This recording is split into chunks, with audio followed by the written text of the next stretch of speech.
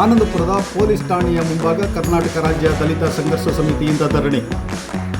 ದಲಿತರು ನೀಡಿರುವ ದೂರನ್ನು ದಾಖಲಿಸಿಕೊಳ್ಳದೆ ದಲಿತರ ಮೇಲೆಯೇ ದೂರನ್ನು ದಾಖಲಿಸಿ ದಲಿತರಿಗೆ ಅವಮಾನ ಮತ್ತು ಅಪಮಾನ ಮಾಡಿದ PS ರವಿಯವರನ್ನು ಹಾಗೂ ಅಂದಿನ HS ಅವರನ್ನು ಅಮಾನತುಗೊಳಿಸಬೇಕು ಮತ್ತು ದಲಿತರ ಮೇಲೆ ದಾಖಲಿಸಿರುವ ಸುಳ್ಳು ದೂರನ್ನು ನಿಷ್ಪಕ್ಷಪಾತವಾಗಿ ತನಿಖೆ ನಡೆಸಿ ಕಾನೂನು ಕ್ರಮ ಕೈಗೊಳ್ಳಬೇಕು ಎಂದು ಕರ್ನಾಟಕ ರಾಜ್ಯ ದಲಿತ ಸಂಘರ್ಷ ಸಮಿತಿಯಿಂದ ಮನವಿ ಮಾಡಲಾಯಿತು. ಇದೇ ಸಂದರ್ಭದಲ್ಲಿ ಮಾತನಾಡಿದ ಶಿವಮೊಗ್ಗ ಕರ್ನಾಟಕ ರಾಜ್ಯ ದಲಿತ ಸಂಘರ್ಷ ಸಮಿತಿಯ ಜಿಲ್ಲಾಧ್ಯಕ್ಷರಾದ ದುರ್ಗಾಭವಿ ಮಾತನಾಡಿ, ಶರತ್ ಮತ್ತು ಸಂಗಡಿಗರನ್ನು ಬಂಧಿಸಿ ಜೈಲಿಗೆ ಕಳಿಸಬೇಕು, ಶಿವರಾಮ ಮತ್ತು ಸಂಗಡಿಗರ ಮೇಲೆ ಹಾಕಿರುವ ಸುಳ್ಳು ದೂರನ್ನು ನಿಷ್ಪಕ್ಷಪಾತವಾಗಿ ತನಿಖೆ ನಡೆಸಿ ರದ್ದುಪಡಿಸಬೇಕು ಎಂದು ಒತ್ತಾಯಿಸಿದರು.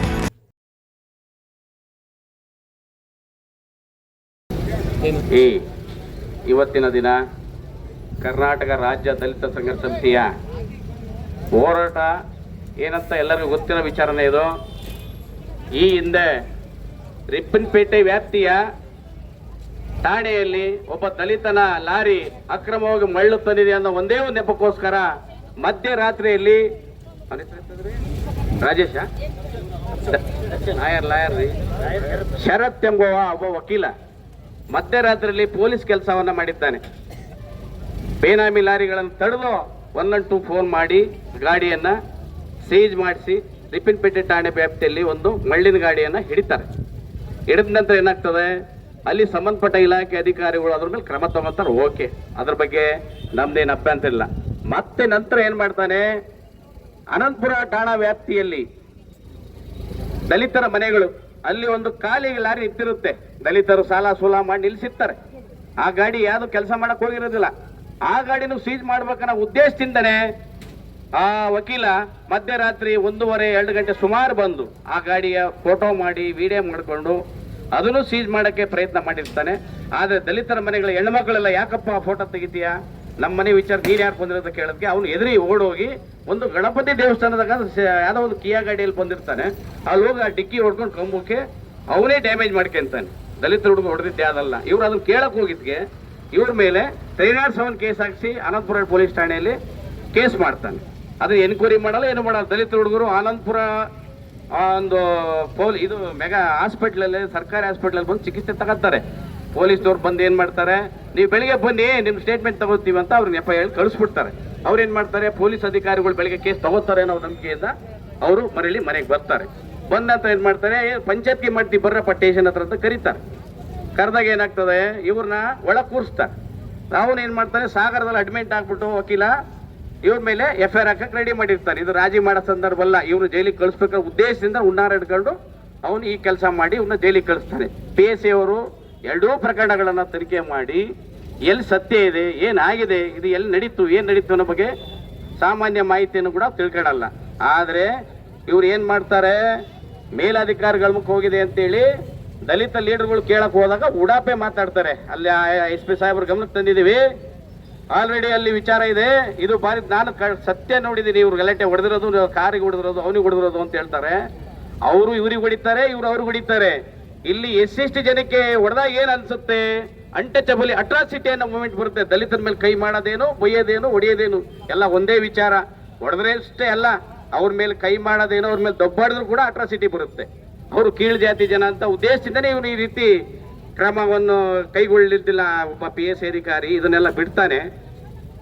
ಇದು ಒಂದೇ ಸೈಡಲ್ಲಿ ಒಬ್ಬ ವಕೀಲನ ಮಾತು ಕೇಳ್ಕೊಂಡು ವಕೀಲನ ಪರವಾಗಿ ನಿಂತು ಅವ್ರ ಪರವಾಗಿ ಇವತ್ತು ನಮ್ಮ ದಲಿತ ಮಕ್ಕಳನ್ನ ಗಂಡು ಮಕ್ಕಳನ್ನ ವಿನಾಯವಾಗಿ ಅವ್ರನ್ನ ಜೈಲಿಗೆ ಕಳಿಸಿರೋಂಥ ಕೃತ್ಯವನ್ನು ಇವತ್ತು ದಲಿತ ಸಂಘರ್ಷ ಸಮಿತಿ ಉಗ್ರವಾಗಿ ಖಂಡಿಸ್ತಾ ಇದೆ.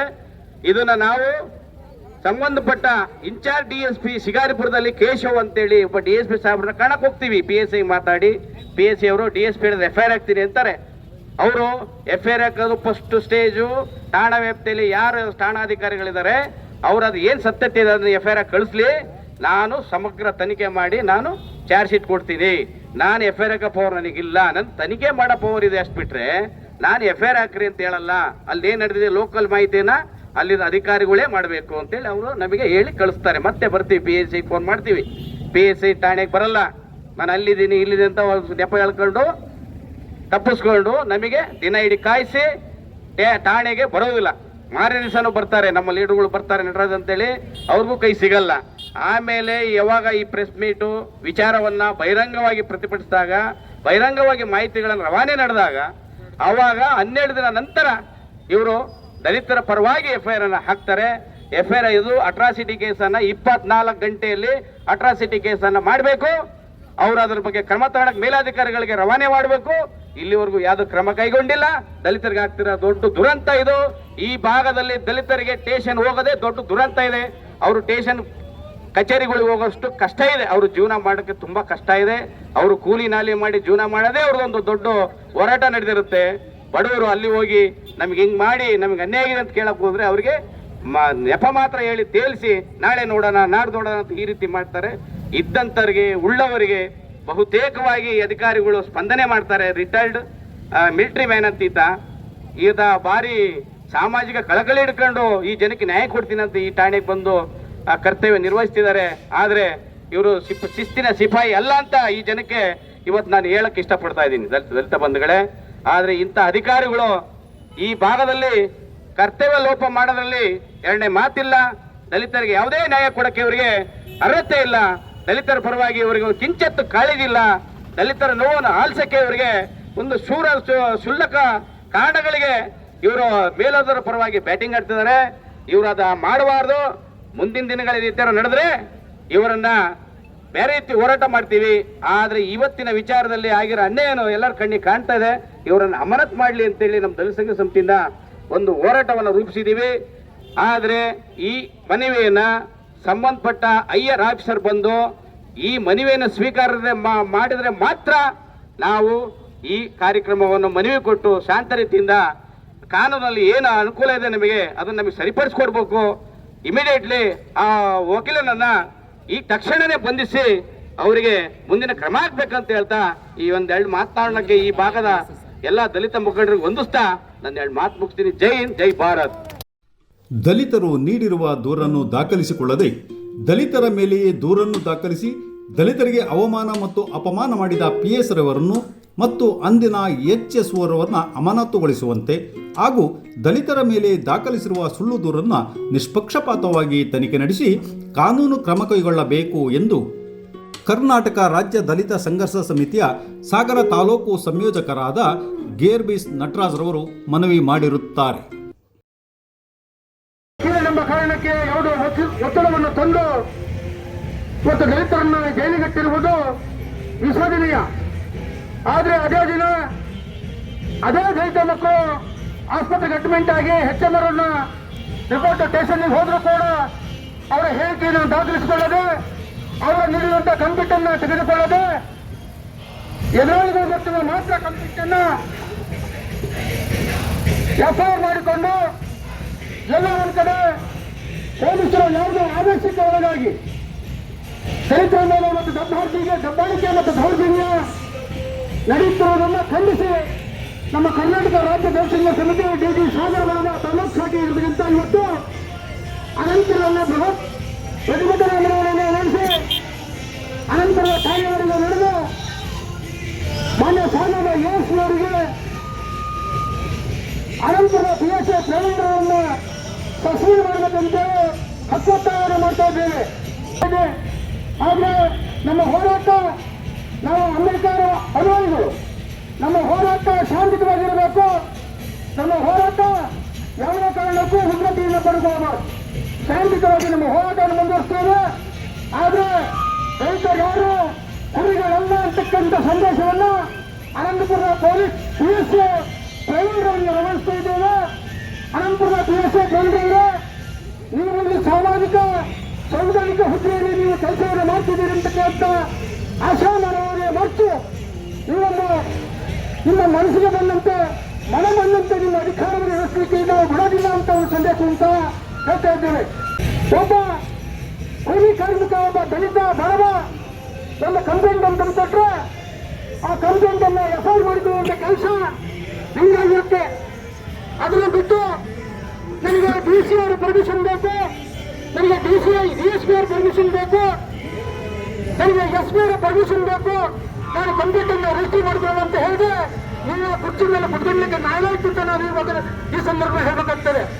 ಒಬ್ಬ PSCಯನ್ನ ಒಂದು ಜೀಪ್ ಕೊಟ್ಟು ಒಂದು ಸ್ಟೇಷನ್ ಕೂರಿಸಬೇಕಾದ್ರೆ ಯಾರೋ ಏನೋ ಕಂಪ್ಲೀಟ್ ಕೊಟ್ಟರು ಕೂಡ FIR ಮಾಡಿರ್ತಕ್ಕಂಥ ಅಧಿಕಾರವನ್ನು ಹೊಂದಿ ಇವತ್ತು ರೈತರಿಗೆ ಇಲ್ಲ ಸಲದ ಸುಳ್ಳು ಭರವಸೆಗಳನ್ನು ಕೊಟ್ಟು ದಲಿತರನ್ನ ಮೋಸ ಮಾಡುವಂತ ಕೆಲಸ ನೀವು ಮಾಡ್ತಾ ಇದ್ದೀರಿ.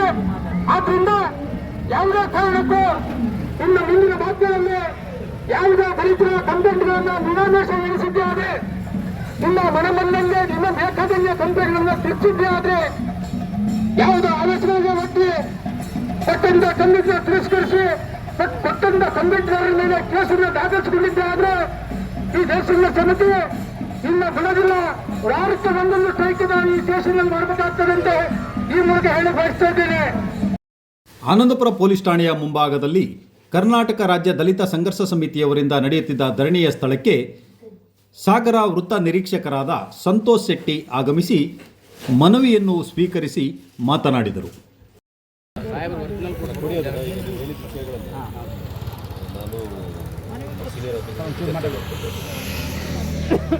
ಹೇಳಿ ಬಿಡಿ ಬೇಡ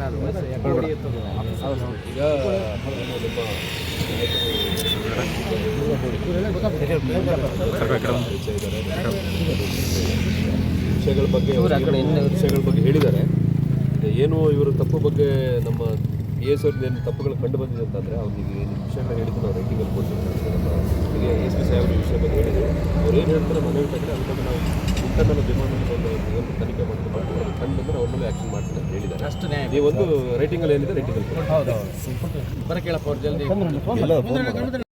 ದಲಿತರ ಮೇಲೆ ನಡೆದ ದೌರ್ಜನ್ಯವನ್ನು ಪ್ರಕರಣವನ್ನು ಸುದೀರ್ಘ ತನಿಖೆಯೊಂದಿಗೆ ಒಳಪಡಿಸಿ ನ್ಯಾಯವನ್ನು ದೊರಕಿಸಿಕೊಡಬೇಕು ಹಾಗೂ ಬೇಜವಾಬ್ದಾರಿ ವರ್ತನೆಯೊಂದಿಗೆ ನಡೆಸುತ್ತಿರುವ ಆನಂದಪುರದ PSI ಅವರನ್ನು ಕರ್ತವ್ಯದಿಂದ ಅಮಾನತುಗೊಳಿಸಬೇಕೆಂದು ಮನವಿಯನ್ನು ಇದೇ ಸಂದರ್ಭದಲ್ಲಿ ನೀಡಿದರು.